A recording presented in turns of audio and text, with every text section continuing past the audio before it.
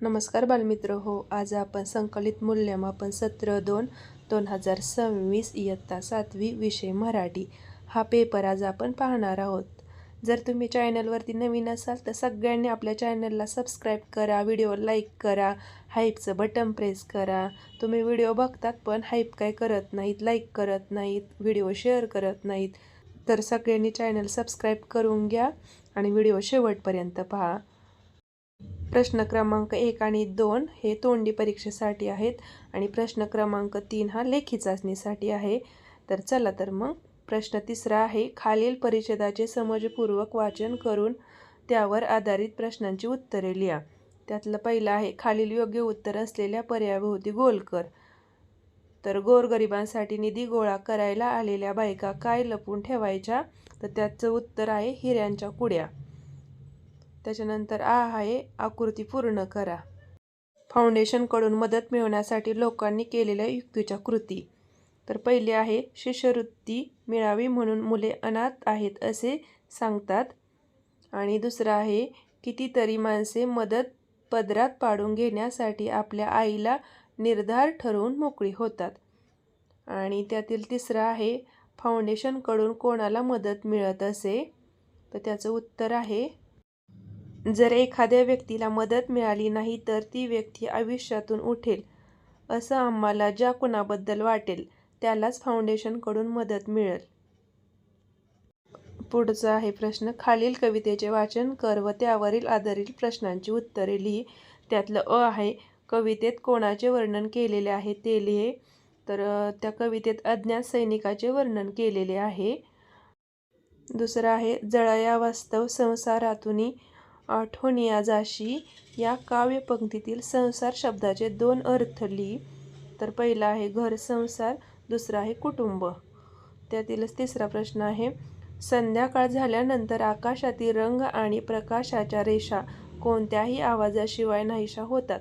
त्याचप्रमाणे सैनिक सीमेवर लढत असताना मरणाची भीती बाळगता कोणतीही अपेक्षा न करता शांतपणे मृत्यूला सामोरे जातात. या अर्थाची कवितेतील ओळ शोधून लिही. तर त्या कवितेतली ओळ आहे, मूकपणाने तमी लोपती संध्येच्या रेषा, मरणामध्ये विलीन होसी ना भय ना आशा. चला तर मग सगळ्यांनी व्हिडिओला लाईक करा आणि हाईपचं बटन प्रेस करा. त्याच्यानंतर पुढचा प्रश्न आहे, अंबर या शब्दाचा समानार्थी शब्द लिही. तर अंबर या शब्दाचा समानार्थी शब्द आकाश, गगन, नभ. दुसरा प्रश्न आहे, जमीन या शब्दासाठी कवितेत आलेला विरुद्धार्थी शब्द लिही. तर आकाश, अंबर. आणि त्यातलं तिसरं आहे, वरील काव्यपंक्तीतील यमक जुळणारी कोणतीही एक जोडी लिही. पहिली जोडी आहे तारा, विरा. दुसरी आहे भाव, नाव. चला तर मग पुढचा प्रश्न काय आहे, खालील वाहन चालवणाऱ्या व्यक्तीला कोणत्या नावाने ओळखले जाते ते लिही. व्यक्तीची तुला मुलाखत घ्यायची आहे, त्यासाठी 4 प्रश्न तयार कर व लिही. इथे एक चित्र दिलेलं आहे तुम्हाला प्रश्नपत्रिकेत, त्याच्यावरून हे उत्तरं लिहायचे आहेत. मग व्यक्तीचे नाव बस चालक हे. आणि पहिला प्रश्न मी असा विचारेन, तुम्ही किती वर्षापासून बस चालवत आहात? दुसरा विचारेन, बस चालवताना तुम्ही सुरक्षतेचे कोणते नियम पाळता? आणि तिसरा मी असा प्रश्न विचारेन, रात्रीच्या वेळी बस चालवताना कोणत्या अडचणी येतात? आणि चौथा विचारेन, प्रवाशांचा प्रवास सुखकर व्हावा म्हणून तुम्ही काय काळजी घेता? त्याच्यानंतर पुढचा प्रश्न आहे, खालील दिलेल्या शब्दसमूहासाठी एक शब्द लिहून शब्दकोडे पूर्ण कर. आडवे शब्द आणि उभे शब्द असं लिहायचं आहे. तर आडवे शब्दातला पहिला प्रश्न काय आहे, ज्याला कधी मृत्यू नाही असा अमर, त्याचं उत्तर. आणि त्याच्यानंतर आडव्या शब्दातला दुसरा, वह्या पुस्तके यात चालून मुले शाळेत जातात. तर त्याचं उत्तर आहे दप्तर. त्याच्यानंतर उभे शब्दामधला पहिला आहे, ज्याला मर्यादा नाही असा अमर्यादित. आणि त्यातलं दुसरं आहे, समुद्राला या नावानेही ओळखले जाते. तर कोणत्या नावाने ओळखले जातं समुद्राला? रत्नाकर. अशा पद्धतीचं हे आडवे शब्द आणि उभे शब्द तुम्हाला ह्या कॉलममध्ये लिहायचे आहेत. त्याच्यानंतर पुढचा प्रश्न आहे, खालील प्रसंगाबद्दल तू काय करशील ते लिहायचं आहे. त्यातलं पहिलं आहे, एका लग्न समारंभात खूप अन्न वाया जात आहे. तर मी त्याचं उत्तर असं लिहीन, तर मी सर्वांना सांगेल की तुम्हाला जेवढं लागेल तेवढंच अन्न ताटात घ्या, अन्न वाया घालू नका, हे मी त्यांना पटवून देईल. या प्रश्नाचे उत्तर तुम्ही तुमच्या मनानेही लिहू शकता, तुम्हाला जे वाटेल ते तुम्ही लिहू शकता. त्याच्यानंतर यातलाच दुसरा प्रश्न आहे, तुमच्या गावात इमारत बांधण्यासाठी काही लोक झाडे तोडत आहेत. तर मी त्याचं उत्तर असं लिहीन, झाडे तोडणाऱ्या लोकांना मी झाडाचे महत्त्व आणि वृक्षतोडीचे परिणाम समजून सांगेल, नागरिकांना एकत्र करून या विरोधात आवाज उठवेल. तुम्ही पण या प्रश्नाचं उत्तर तुमच्या मनाने लिहू शकतात. त्याच्यानंतर पुढचा प्रश्न आहे, खालील अपूर्ण कथा पूर्ण करा व कथेला योग्य शीर्षक दे. तर ही अशी कथा दिलेली आहे तुम्हाला, तुम्ही व्यवस्थित पहा. आता मी हे सगळं वाचत नाही बसत, कारण व्हिडिओ आपला खूप मोठा होईल. तर खरा मित्र असं तुम्ही त्याला नाव देऊ शकता गोष्टीला. आणि ही गोष्ट व्यवस्थित पहा आणि व्यवस्थित हिचा असा अभ्यास करा. आणि सगळ्यांनी आपल्या चॅनलला सबस्क्राईब करा, व्हिडिओला लाईक करा, लाईक केल्यानंतर हाईपचं बटन प्रेस करा. आणि तुम्हाला अजून कोणत्या विषयाच्या प्रश्नपत्रिका पाहिजे असतील तेही मला कमेंट करून सांगा.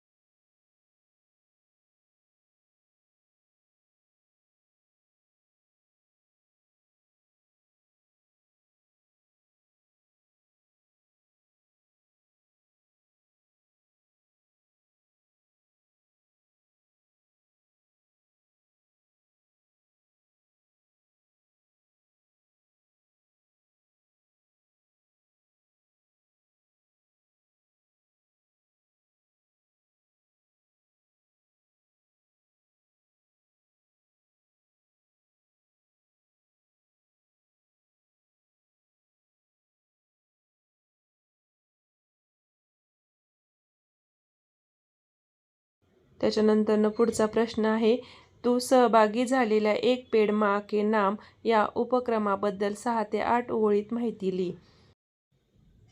याचं उत्तर तुम्ही व्यवस्थित पहा आणि व्यवस्थित असा अभ्यास करा. आणि यालाच ऑप्शन आहे.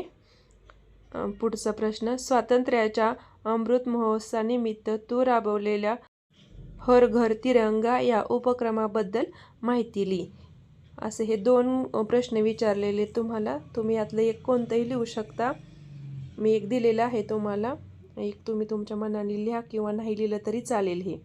त्याच्यानंतर पुढचा प्रश्न आहे, खालील शब्दांना प्रमाण भाषेत कोणते शब्द वापरतात ते लिही. मले, मला, न्याहारी, नाश्ता, एतवार म्हणजेच रविवार. त्याच्यानंतर पुढचा प्रश्न आहे, कंसात दिलेल्या म्हणीचा उपयोग खाली दिलेल्या संवादात योग्य ठिकाणी करायचा आहे.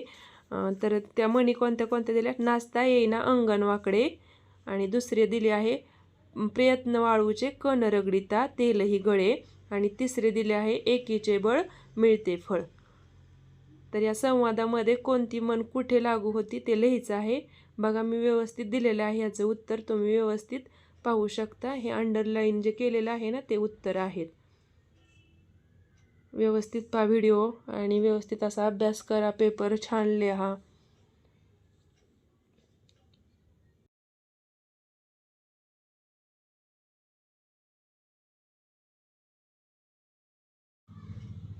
प्रश्न पुढचा आहे, खालील प्रश्नांची उत्तरे लिहा आहे. दिलेल्या अभयान्वी अवयवाचा वापर करून एक वाक्य लिही अथवा हे दिलंय, मग तू चहा घेणार अथवा कॉफी. आणि त्यातलंच पर्याय वाक्य, आपण सहलीला महाबळेश्वरला जाऊ अथवा लोणावळ्याला. पुढचा प्रश्न आहे, खालील शब्दांचे अवयव प्रकारानुसार वर्गीकरण करून दिलेल्या चौकटी लिही. तर इथं चौकटीत लिहिण्यासाठी, अरे वा, पुस्तकांमध्ये, सावकाश, अबब, अलीकडे, टेबलावर असे शब्द दिले आहेत.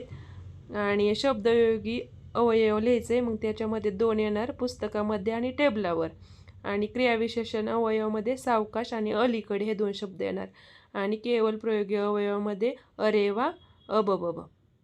अशा पद्धतीचं हे प्रश्न आहे.